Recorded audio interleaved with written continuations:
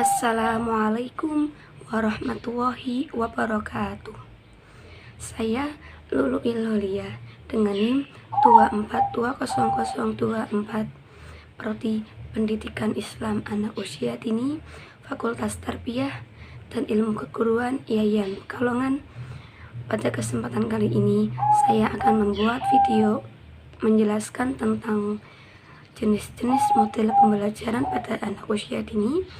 Yang kedua, prinsip-prinsip pemilihan tema. Dan yang ketiga, cara membuat mapping tema. Video ini dibuat untuk memenuhi tugas ujian tengah semester mata kuliah pengembangan kurikulum yang diampu oleh Bapak Muhammad Irsyad MPDI. Baik, yang pertama saya akan menjelaskan tentang model pembelajaran pada anak usia dini. Model pembelajaran sendiri mempunyai arti suatu desain atau rancangan yang menggambarkan proses rincian dan penciptaan situasi lingkungan yang memungkinkan anak berinteraksi dalam pembelajaran sehingga terjadi perubahan atau perkembangan pada diri anak. Ada beberapa model pembelajaran yang dilaksanakan di taman kanak-kanak. Di antaranya adalah model pembelajaran klasikal, model pembelajaran kelompok dengan kegiatan pengaman, model pembelajaran berdasarkan sudut-sudut kegiatan, model pembelajaran area, dan model pembelajaran berdasarkan sentra.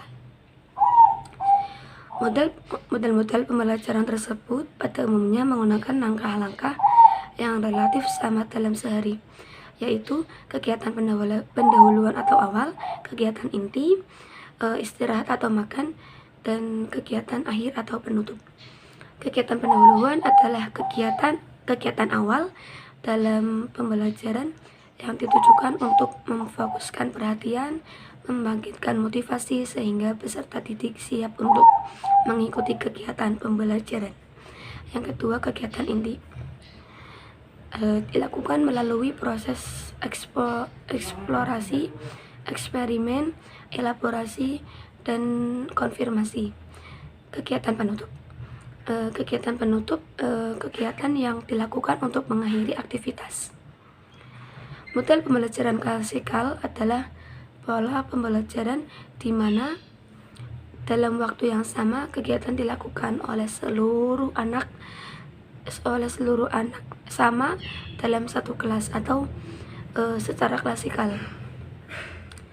Model pembelajaran ini merupakan model awal yang paling awal digunakan di pendidikan anak usia dini, dengan sarana pembelajaran yang pada umumnya sangat terbatas serta kurang memperhatikan minat individu anak. Seiring dengan perkembangan teori dan pengembangan model pembelajaran klasikal sudah banyak ditinggalkan. Berikut model pembelajaran PAUD, model kelompok. Model pembelajaran berdasarkan kelompok masih banyak digunakan di TK-TK di Indonesia. Namun, perkembangan model pembelajaran selalu berkembang. Kini sudah banyak TK yang menggunakan model pembelajaran yang lebih variatif. Dalam model pembelajaran berdasarkan kelompok dengan kegiatan pengaman adalah pola pembelajaran di mana anak-anak dibagi menjadi beberapa kelompok. Biasanya anak dibagi menjadi 3 kelompok atau 4, dan masing-masing kelompok melakukan kegiatan yang berbeda-beda. Dalam satu kali pertemuan, anak harus menyelesaikan 2-3 kegiatan dalam kelompok secara bergantian. Yang kedua, model pembelajaran model sudut. Kegiatan belajar mengajar dengan model pembelajaran berdasarkan sudut-sudut kegiatan menggunakan langkah-langkah pembelajaran hampir sama dengan model pembelajaran area. Hanya sudut-sudut kegiatan selayaknya lebih bervariasi dan sering diganti disesuaikan dengan tema dan subtema yang dibahas. Model area. Model pembelajaran berdasarkan area lebih memberikan kesempatan kepada anak didik untuk memilih atau melakukan kegiatan yang sesuai dengan minatnya peserta didik. Pembelajaran ini dirancang untuk memenuhi kebutuhan spesifik anak dan menghormati keberagaman budaya dan menekankan pada pengalaman belajar bagi setiap anak. Model sentra. Perkembangan terakhir tentang model pembelajaran di pendidikan anak usia dini adalah model pembelajaran berdasarkan sentra yang mempunyai ciri utama yaitu pemberian pijakan untuk membangun konsep aturan, ide, dan pengetahuan anak, serta konsep densitas dan intensitas bermain. Model pembelajaran ini adalah pendekatan pembelajaran yang memfokuskan atau berfokus pada anak yang dalam proses pembelajarannya berpusat di sentra bermain dan pada saat anak dalam lingkaran. Masing-masing model pembelajaran memiliki kekurangan dan kelebihan serta memerlukan kondisi yang berbeda-beda. Oleh sebab itu, guru dapat memilih model pembelajaran yang akan digunakan dengan mempertimbangkan kemampuan yang dimiliki, sarana dan prasarana yang tersedia serta faktor pendukung lainnya. Penjelasan yang kedua, saya akan menjelaskan tentang prinsip-prinsip pemilihan tema. Prinsip memilih, menentukan tema dan subtema pendidikan anak usia dini kurikulum 2013. Pembelajaran tematik pendidikan anak usia dini adalah pembelajaran terpadu yang menggunakan tema untuk mengaitkan beberapa mata pelajaran sehingga dapat memberikan pengalaman bermakna positif kepada siswa atau anak didik. Dalam memilih tema terdapat beberapa prinsip memilih tema pendidikan anak usia dini, yaitu antara lain yang pertama prinsip kedekatan. Prinsip kedekatan ialah tema hendaknya dipilih mulai dari tema yang terdekat dengan diri sendiri, yang terdekat dengan kehidupan anak. Dekat ini dimaksud dapat dekat secara fisik, dapat juga dekat secara emosi atau minat anak. Contoh tema yang terdekat dengan peserta didik, misalnya diri sendiri. Misalnya di dalam tema diri sendiri dapat dikembangkan menjadi subtema dengan topik aku. Topik bahasanya itu antara menjelaskan, mendefinisikan anggota tubuh, fungsi-fungsi masing-masing tubuh, siapa saja yang boleh menyentuh anggota tubuh tertentu dan alasan diperbolehkannya, cara melindungi anggota tubuh dari hal-hal yang membahayakan.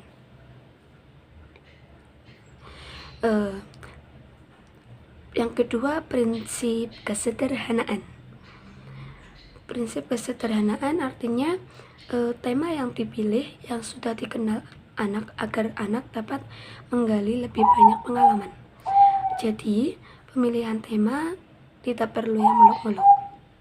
Contohnya, berdasarkan prinsip kesederhanaan, kita dapat memilih tema lingkungan dengan subtema kebun mangga. Melalui topik bahasan yang sederhana kepada peserta didik, misalnya yaitu macam-macam kebun mangga, cara memelihara kebun mangga, peralatan yang digunakan di kebun mangga, manfaat buah mangga bagi kehidupan, bagi kesehatan, cara mengkonsumsi buah mangga. Yang ketiga, prinsip kemenarikan. Artinya tema yang dipilih harus mampu menarik minat belajar anak. Tema menarik tidak selalu tema yang aneh, tetapi tema sekitar anak juga bisa menarik jika guru dapat memilih aktivitas yang sesuai dengan perkembangan anak. Contohnya, tema lingkunganku dengan subtema kebun mangga. Itu sangat menarik bagi anak dengan aktivitas yaitu dengan menghitung jumlah buah mangga, dengan macam-macam warnanya, mengumpulkan daun mangga, menggambar buah mangga, menjiplak tekstur kulit batang mangga, melakukan pengamatan terhadap pohon mangga yang ada di lingkungannya, tinggi batang, jumlah ranting pada cabang, melakukan kegiatan bersama orang tua atau guru, misalnya membuat jus, manisan, dan berbagai makanan dari buah mangga dan membuka bazar bersama. Yang keempat, prinsip keinsidentalan. Artinya pemilihan tema tidak selalu baku yang direncanakan di awal tahun, tetapi juga dapat menyisipkan kejadian luar biasa yang dialami anak tersebut. Misalnya, peristiwa banjir yang dialami anak dapat dijadikan tema insidental. Contoh, pada saat anak-anak mengamati pohon mangga yang berada di luar kelas dan mendiskusikannya, tiba-tiba ada seekor kupu-kupu besar dan berwarna indah melintas dan hinggap pada salah satu ranting bunga yang berada di dekat pohon mangga. Maka, pendidik dapat mengajak anak untuk membahas kupu-kupu tersebut tentang warnanya, cara terbangnya, apa yang dicari atau dimakan, bagaimana berkembang biaknya, dan lain-lain. Semoga prinsip memilih tema, menentukan tema dan subtema pendidikan anak usia dini dapat bermanfaat dalam menentukan tema dan subtema pendidikan anak usia dini. Penjelasan yang terakhir, saya akan menjelaskan tentang cara membuat mapping tema. Langkah-langkah yang dilakukan dalam cara membuat mapping tema adalah dengan yang pertama, tentukan tema besar yang akan menjadi fokus utama untuk 1 tahun, misalnya 6 tema untuk 1 tahun. 2. Buatlah model keterpaduan tema 1 tahun dengan menggunakan prinsip dari tema yang terdekat dengan anak, konkret dan sederhana. Misalnya, tema besar aku berhubungan dengan aku dan identitasku.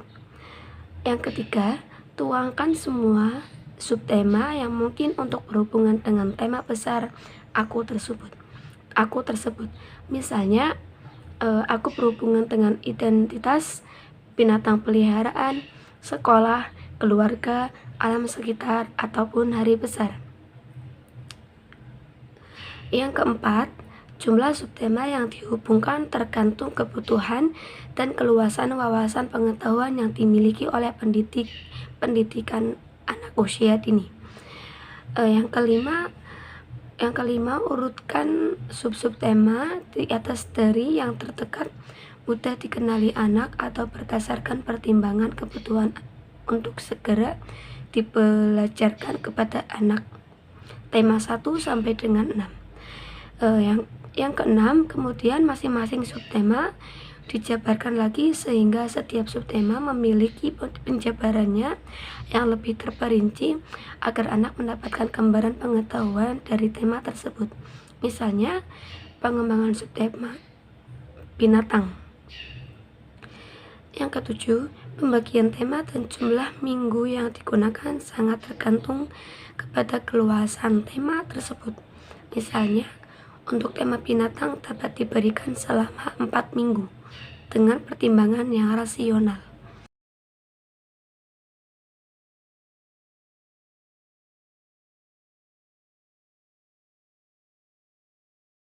Sekian video penjelasan dari saya, kurang lebihnya mohon maaf. Wassalamualaikum warahmatullahi wabarakatuh. Terima kasih.